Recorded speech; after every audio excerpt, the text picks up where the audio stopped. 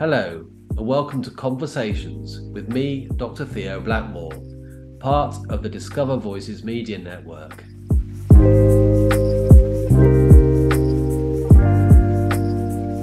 Hello, so this is Theo Blackmore for Disability Common and the Art of Silly, the Discover Plus podcast series. And today I'm talking to Zeenat Jeewa from Asian People's Disability Alliance. Brilliant. So Asian People's Disability Alliance, that's an organisation that many people may not have heard of or not know much about. So where are you based and what do you do? Okay, so we are based in London, specifically northwest London in the lovely sunny borough of Brent. Not as picturesque as the Isle of Scilly, though, I have to say.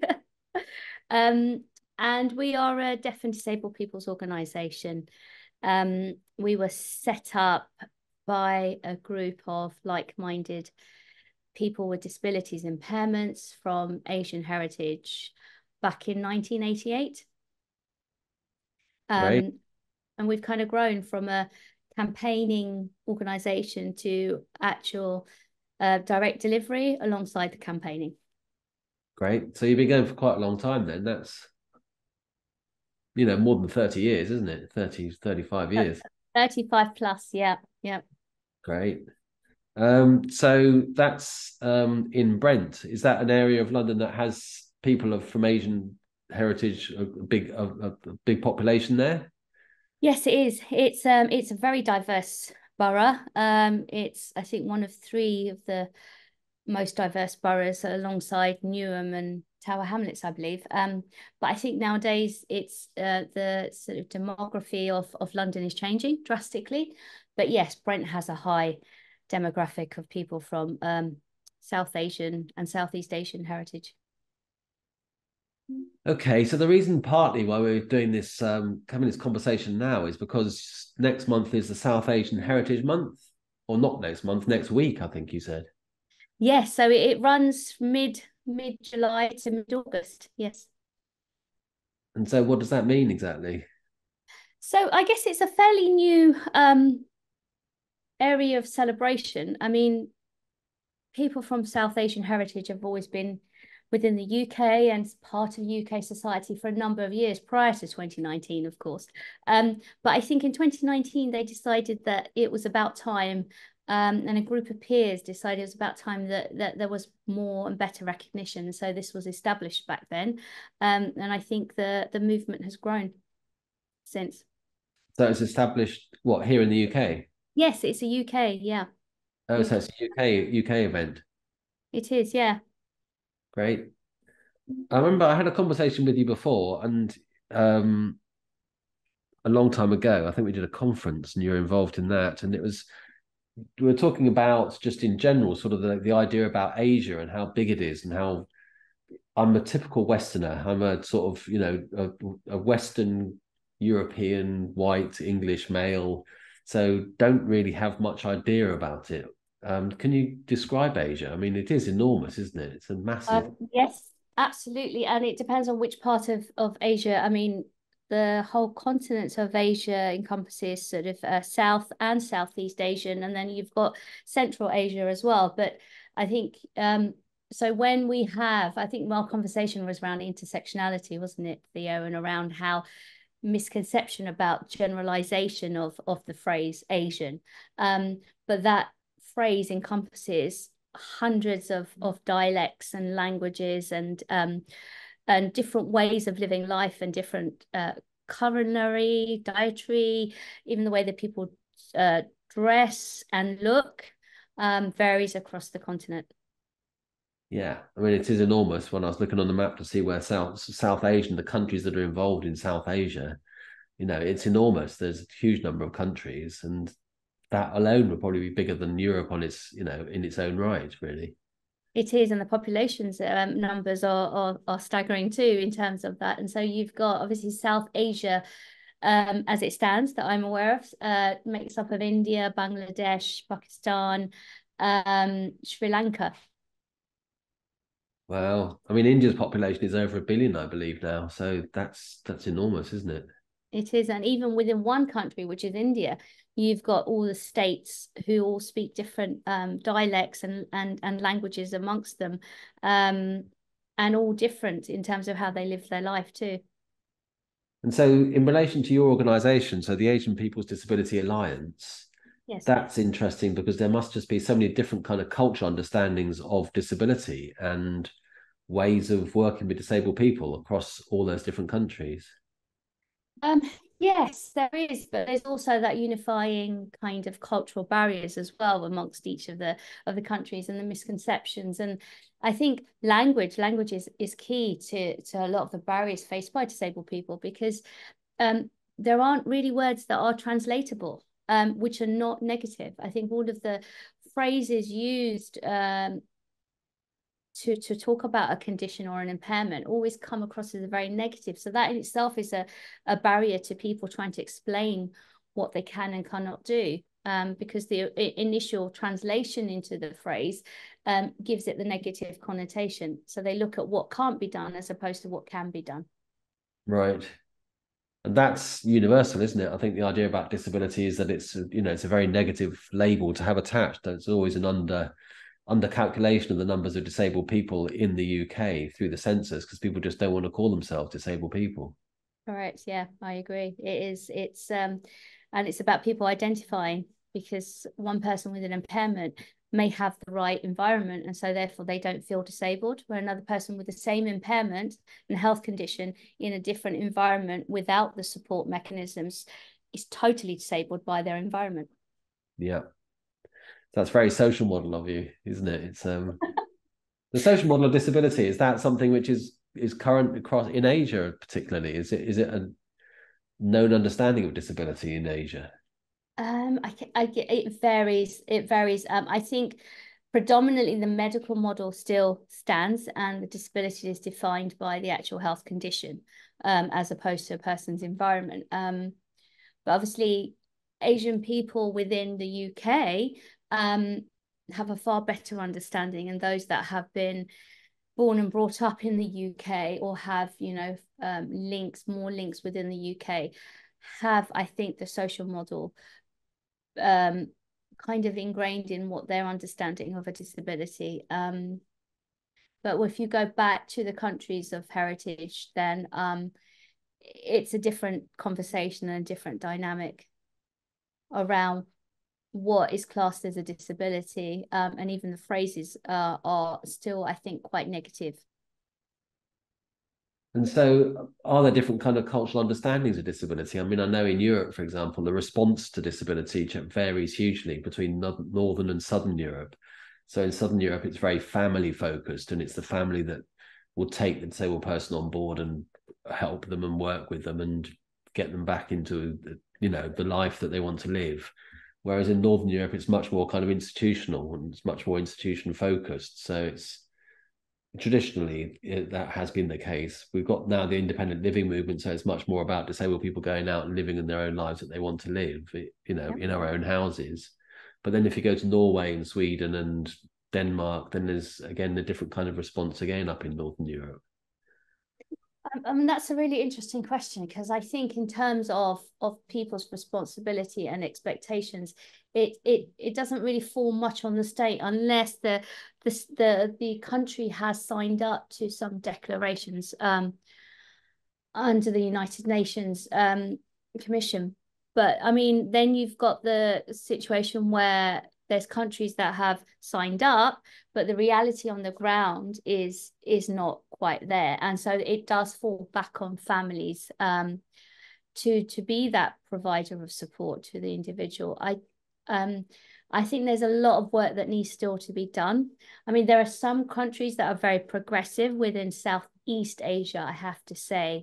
I recently took a trip to Malaysia, and I was so pleased at how accessible it was. Obviously, not all areas of Malaysia, but the areas that I visited were very accessible. They were very progressive in the support by the state, by the government to people to become independent. But again, in other parts of Asia, I think there's still a battle to be won. Very much so. Yeah. as there are here. It's true here, isn't it? So there are bits of the country which are known to be accessible. I knew somebody who lived down here in Cornwall, and he came down here from the southeast, and then he eventually moved back to the southeast because he just said it was so inaccessible down here in Cornwall compared to the southeast. Yeah, exactly. I think sometimes it's about having that movement and people strong enough and able enough to articulate and be heard. And I think it's about getting voices together. And our organisation is very much about working with other organisations and about supporting peers in those countries to advocate for themselves, because we think that's really important. I mean, it's great that we've got these large international NGOs that go in and support people, but we need to make sure there's a more sustainable methodology. And that's why we as an organisation at APDA, we believe in going in and supporting our peers to kind of build their own capacity, build their own understanding and their confidence to be able to challenge things, look at and have those conversations with those people that are making those decisions within their governmental institutions. We've done some work within Sri Lanka, within India, worked with Pakistan and in Myanmar. And we've supported some organizations in Bangladesh too, to looking at supporting people to help themselves, because I think that's the most important thing. So you do. So APDA does work internationally then? Well, yes, we do. We do. We still hold, I don't know if you know, Theo, so we hold special consultative status with the United Nations Social Economic Council. And so we kind of feed into what's going on the ground, both in the UK, but also the work that we do with our peers in the other countries. And we've done projects looking at supporting people and more around the economic support so that they are self-reliant rather than reliant on a project from an international NGO. So they're looking at learning life skills, at breaking that cycle of poverty, which is really, really important. Yeah, I mean that's what happens, isn't it? Countries go in and with a project, or NGOs go in with a project and do the project for 2 years or 3 years and then go out. Right. Yeah. That happens across the world, doesn't it? So I'm It sure it happens. does. And it's well-meaning. And, in the initial relief, if it's in an emergency situation, absolutely correct. The relief to get in and support as much as possible. But it's that long-term sustainable support, and it's about building the people within to be able to do that for themselves and advocate for themselves, I think is also very, very important.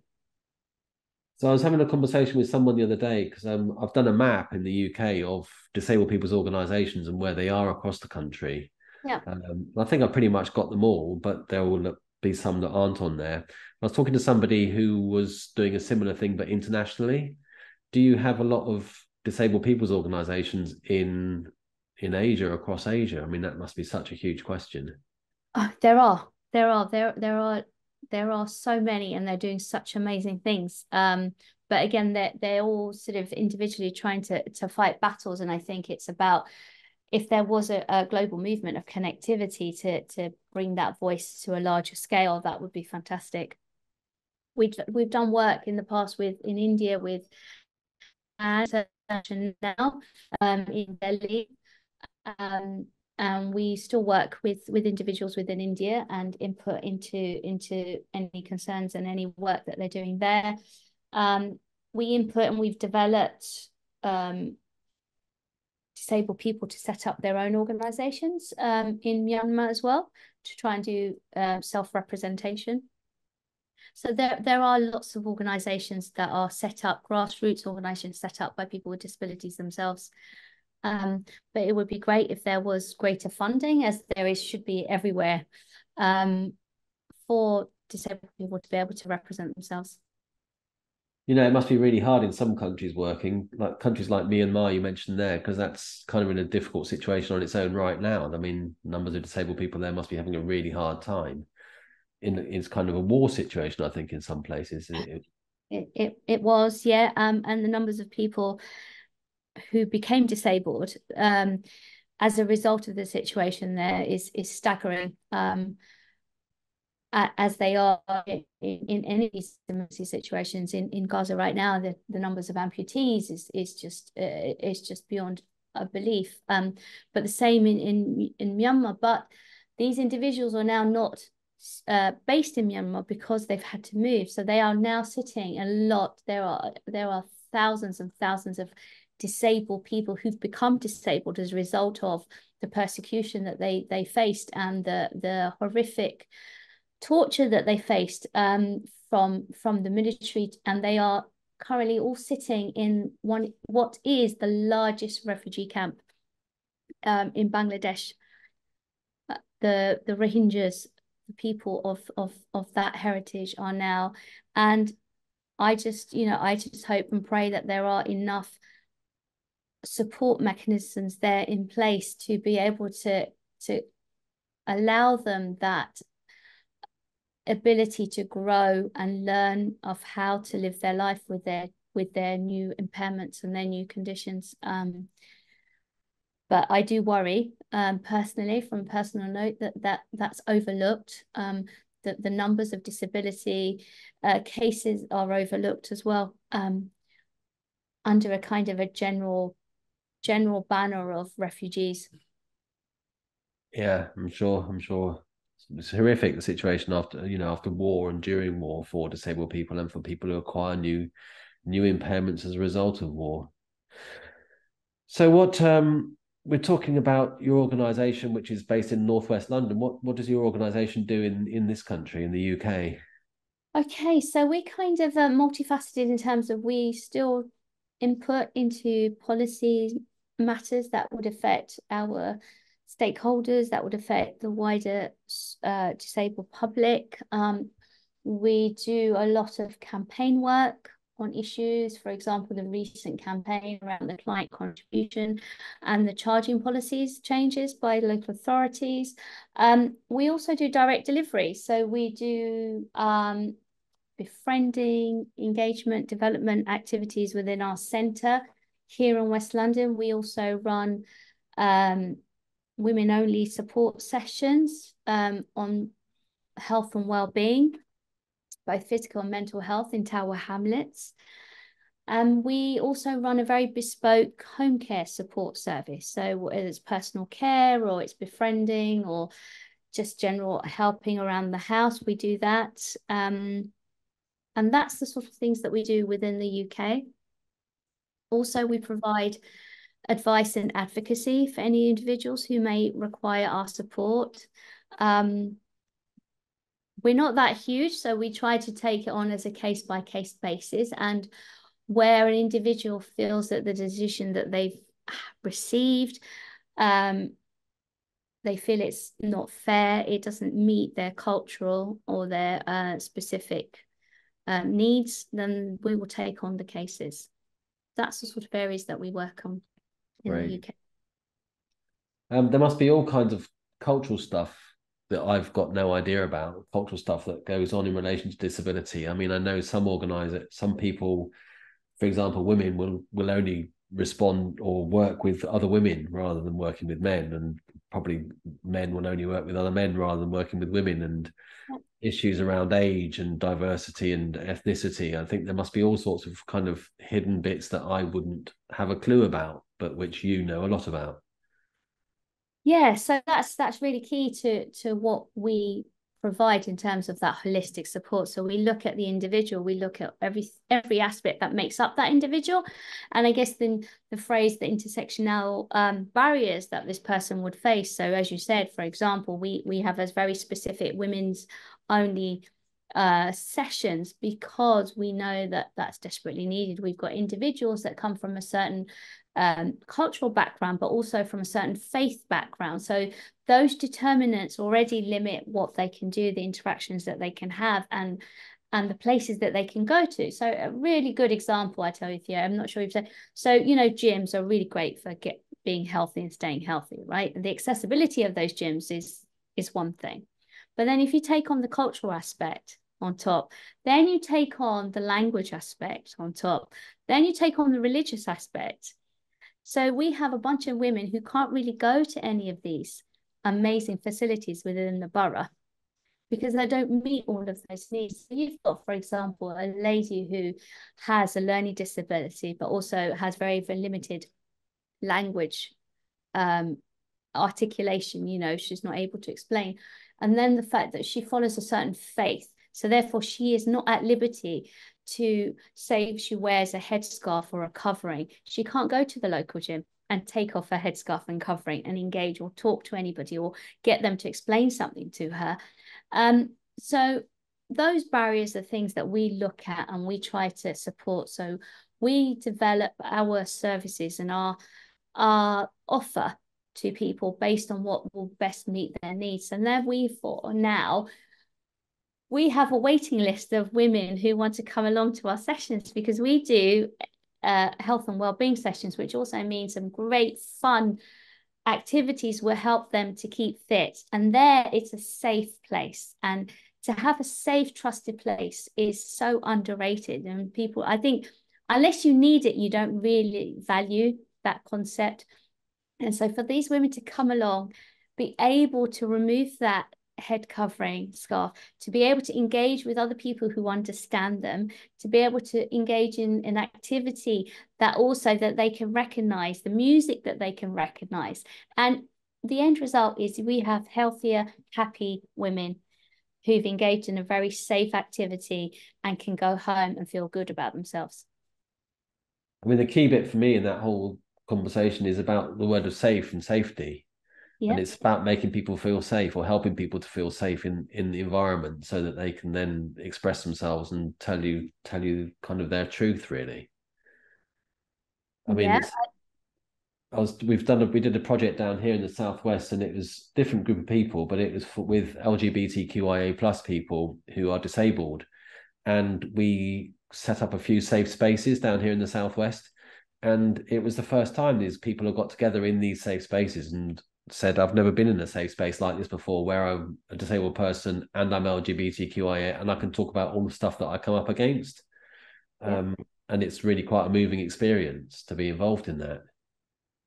Yep, that's absolutely spot on. I think that is exactly the same scenario that the people that we support face. And to know that you don't have to kind of explain every aspect of your needs to others is amazing. To be able to know that you can take part in this and not have to look over your shoulder or not be conscious of what someone might think about you. That's really, really important. That for me was always the strength of DPOs, disabled people's organisations. So as a disabled person myself, I speak to someone in the DPO and I say, I'm having real trouble with this, whatever it might be. And they'll say, oh yeah, I know all about that. And we'll then be able to just completely be on the same wavelength that I'm on because they've had a similar kind of experience, whether that's with a train or a bus or a car or whatever it might be, or getting into and out of a shop. It's that kind of thing is really that kind of empathy that exists between people from a similar background is something that can't be replicated. It can't, and it can't, and it should be valued because it is so important, because it makes you feel part of a society, right? Part of a community. And I think human beings innately want to be part of a community, belong. And the worst thing is to feel so isolated that you don't belong anywhere. You can't affiliate yourself to anybody else within the group that you're looking at or being part of. And that is the most isolating thing ever. And I think it's really, really important for people to be able to have that capacity to go to somewhere where they feel safe and welcomed and understood. That notion of lived experience, I think, is really strong and it's got a lot of political traction right now. I think it's getting more as time goes on. Um, but I don't know. So we're talking about intersectionality, and so you as an organisation, the Asian People's Disability Alliance, are there other organisations like your organisation across the country, or? I think not enough is my answer. There are far and few between. I think there were more before the last 14 years, and I think a few changes that have occurred, funding, all of those factors have made it so there are too few organisations around, and there needs to be more. There needs to be more because, as I said, the demography around the UK has changed so much. But the support services aren't always able to catch up with them. And so there needs to be more done, definitely.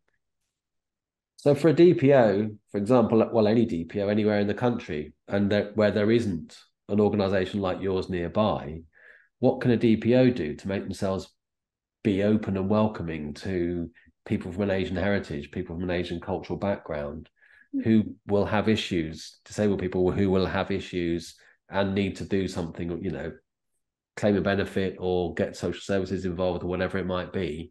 What can the DPO do to make itself and be as welcoming as possible to that section of the population? Yeah, I think that's a great question. I think all DPOs, I mean, their ultimate objective is to support people with and look at the person in a holistic way. And I think they have to take that methodology and just kind of widen that holistic scope around the cultural aspect. And I think it would be really great for them to do some engagement, do some outreach, and encourage more people from diverse backgrounds to be on their trustee board, because I think representation at decision making is so key to ensure that more voices are heard and understood. I think that's the most important thing, is to be understood. And then the organization can think about their strategies on how to do that engagement better. If they've got people from on their trustee board, if they have people on their staff board that have a better lived experience, the same concept as the lived experience with a disability should apply with the lived experience of a cultural context on top. And I think if they can do those, I think they would be opening more doors to more people. Yeah, absolutely. What we want is for DPOs to feel like safe, comfortable spaces for everybody who needs them. So from every different kind of background. Makes it quite difficult to be representation or to represent every kind of different community, because there are so many different communities and so many different people with lived experience that we need to represent. But we just got to strive and do it, I think. Yeah, I think little bit at a time. I think that the fact that the DTPO is willing and starting that process is a great sign. I think small steps gonna, create big outcomes. I think the small steps will show will show openness and inclusivity. And if they do it with that amazing intention of encouraging more engagement, then I think their objective will be achieved.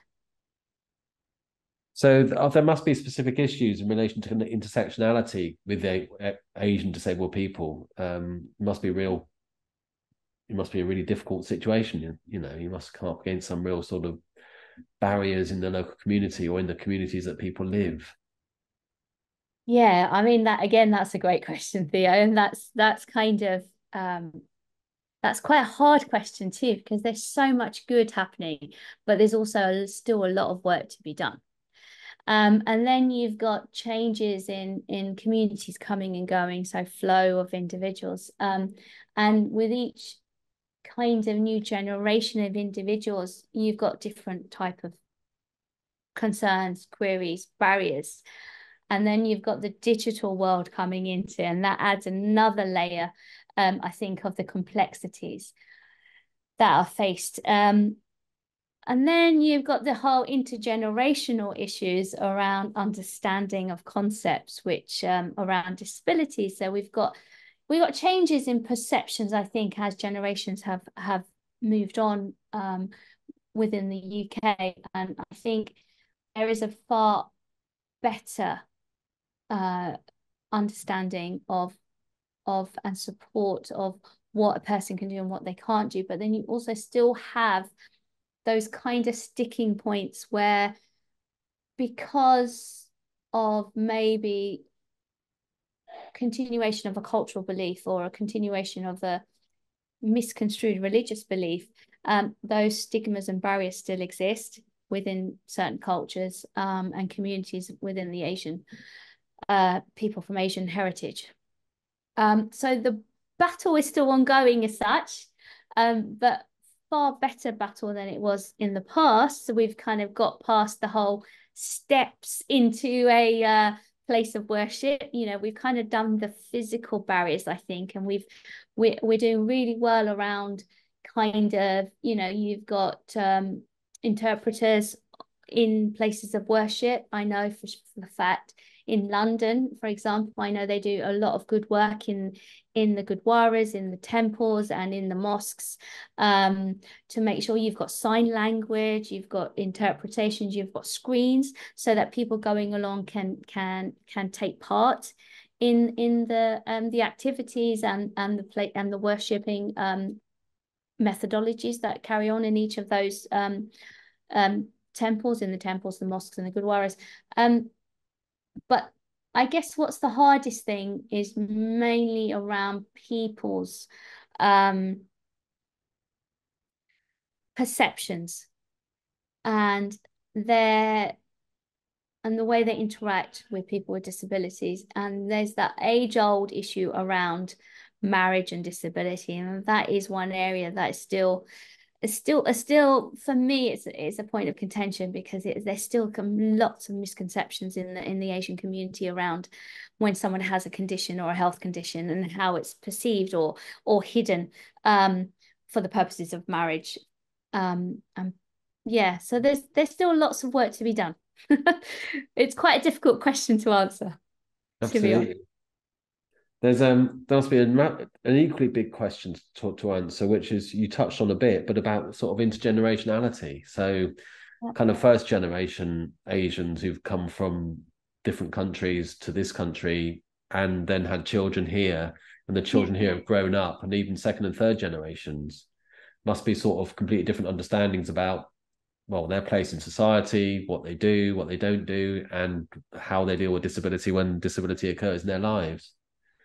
Yeah, absolutely. I think that is a very good point. And I think, and back in those first and second generation, the conceptions of disability and what can be done also differed quite greatly in terms of where the person from Asian heritage came from originally. So I guess, so people from, say, for example, from my experience, people from East Africa, Asians who were living in East Africa had far more progressive focus and outlook on disability and impairments, and were very supportive of people and didn't kind of restrict individuals, whereas maybe those from other areas of the world looked at it in a very more traditional restrictive way.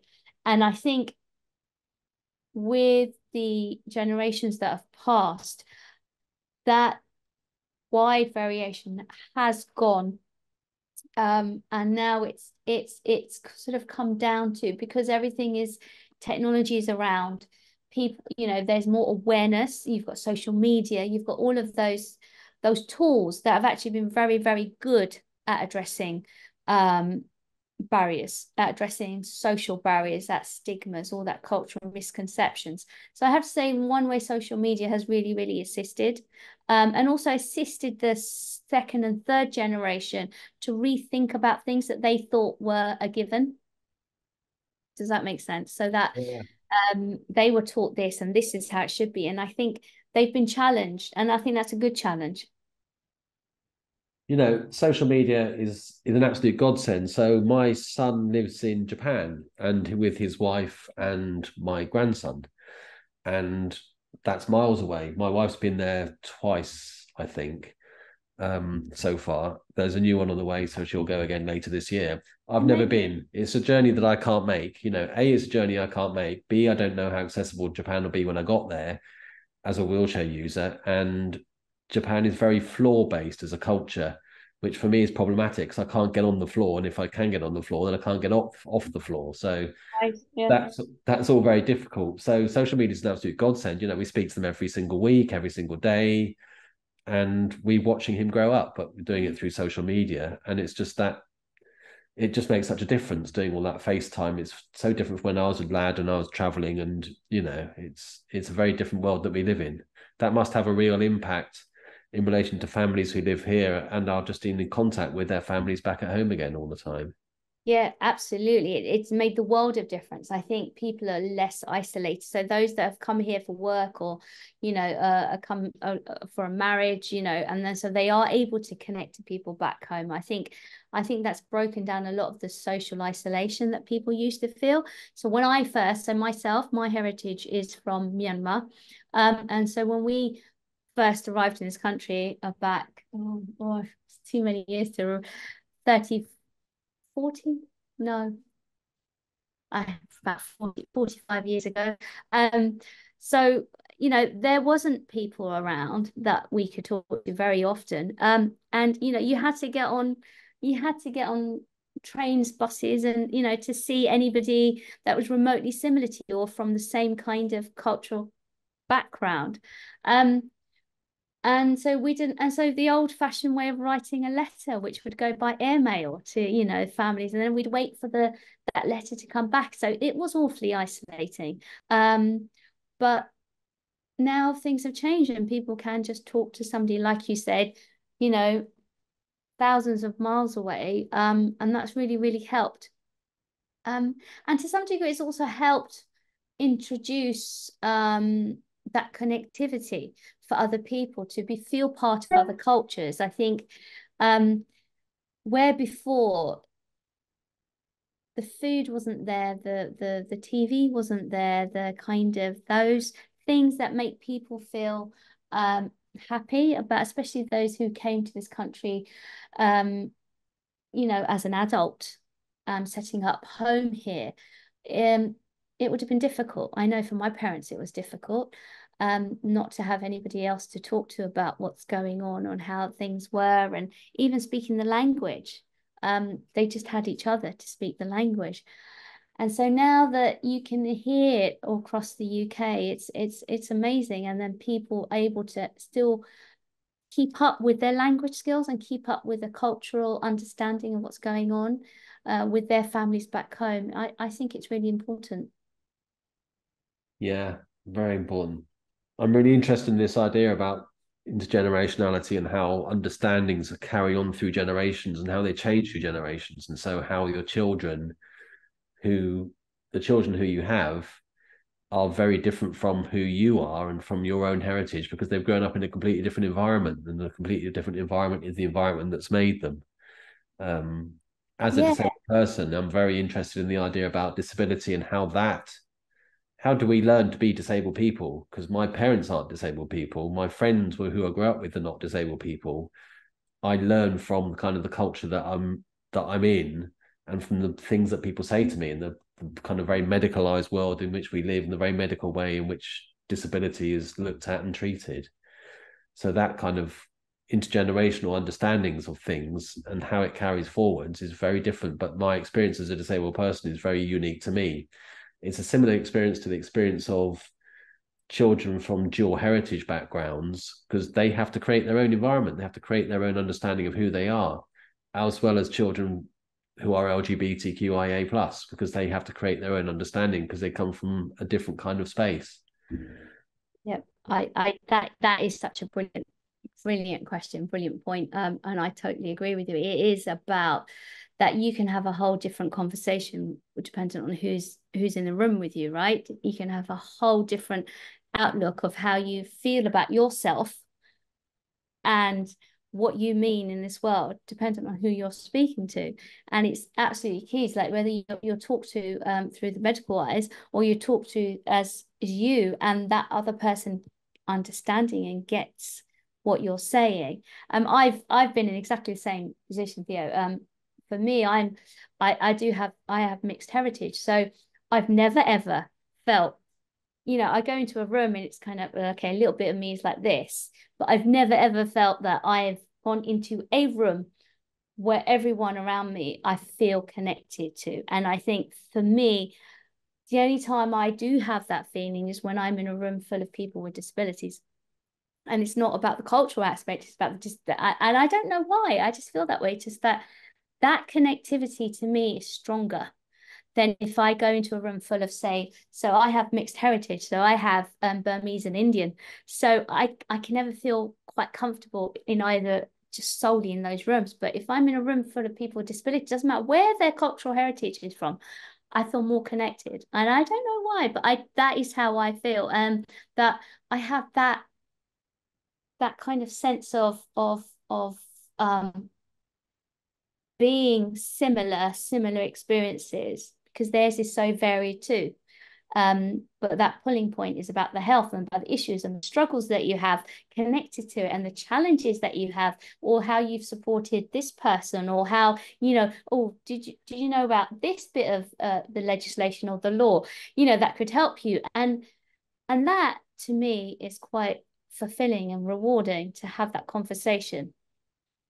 There's a real power in it, isn't there? The first time it happened to me was back in 1990 something, when I went to a meeting, and it was in the Holloway Road, and it was an organisation called the Alliance of Disabled Disability Information and Advice Providers, and it Yeah. was the first time I'd ever been in the room, and everybody in the room was also a disabled person, and it was just incredible, that sort of sense of solidarity and that sense of, hey, look, we're all in it together, we can do it together, we can create our own understandings, and we can hopefully pass those understandings on through generations as well as to the broader society. That's kind of the fight for DPOs, isn't it? That is, and I also feel, I don't, you talk about intergeneration. I always feel also, if you have a room full of people with impairments and conditions, that the different generational issues seem to go. I'm not sure if you feel the same, but I have that same experience. So yeah, I've been in a room with people from different generations, but that conversation is still flowing and still natural. Where I might struggle, going just within the context of just the cultural side of things. Yeah, that's an interesting one, actually. I've never really thought about it until we've had this discussion. There we go. Every day's a learning day, isn't it? It is brilliant. Um, so let's go right back to the very beginning again, because we're coming to the end, but it'd be very good to have a little bit of positivity. So the South Asian Heritage Month, what are you doing to celebrate that? What happens? Yeah, amazing. So we're going to celebrate in style. I don't know if you know, but as an organization, we have any excuse to celebrate, most cultural. So because we're pan-Asian and we are pan-disability, we will celebrate everything, because I think for us, especially within our doors of our center, we think that there's enough nonsense going on in the world. There's enough negativity in the world. So when you come through our doors, it's all about happiness and positivity, because I think what we want to do is make sure that the experience that everyone has, that whether it's staff, visitors, or our clients and users, we want that happiness to continue, even if it's for the rest of the day. Sometimes it can help them to continue for the rest of the week, I've been told, because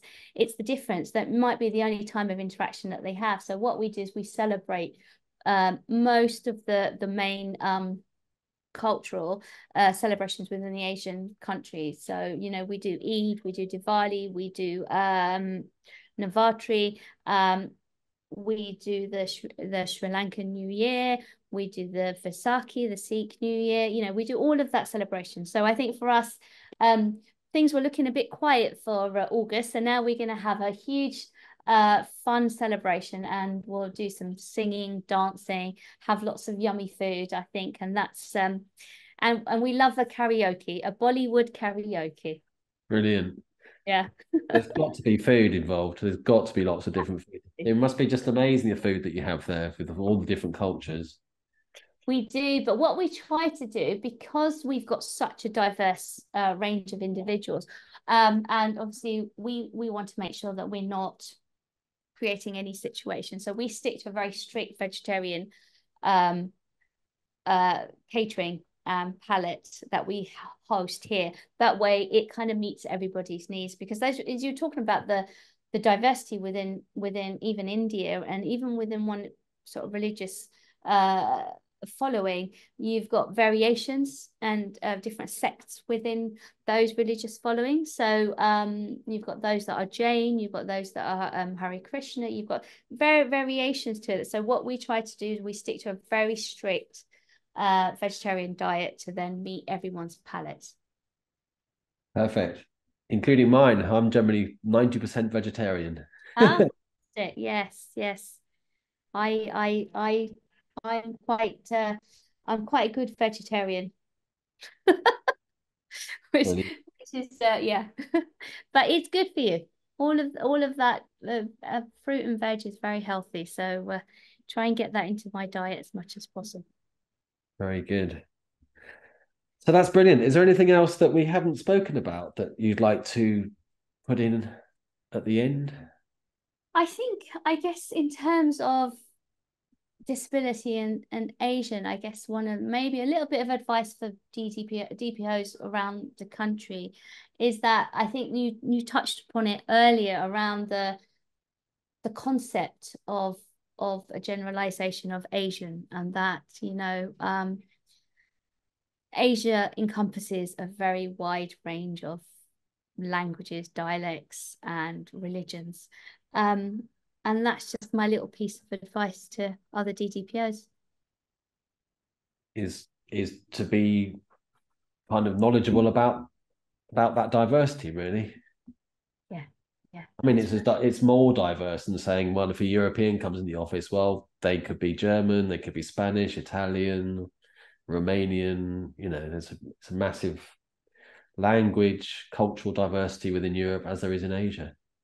Yeah, exactly. But I think there's that misconception, misunderstanding. Same applies to African. On the census boxes, you've just got a little box, but how many countries does that make up? Yeah.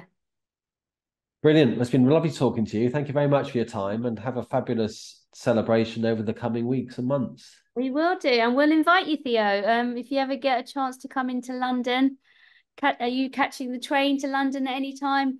Do pop No, along. we drive up to London. Trains aren't really very good for me, but we drive up. We drive up. So, but if we do, then I'll definitely let you know, and we'll pop in and come and see you. Yeah, definitely come along and enjoy some Bollywood karaoke. Love it. All right. Thank you very much, Zeenat. No worries. Take care.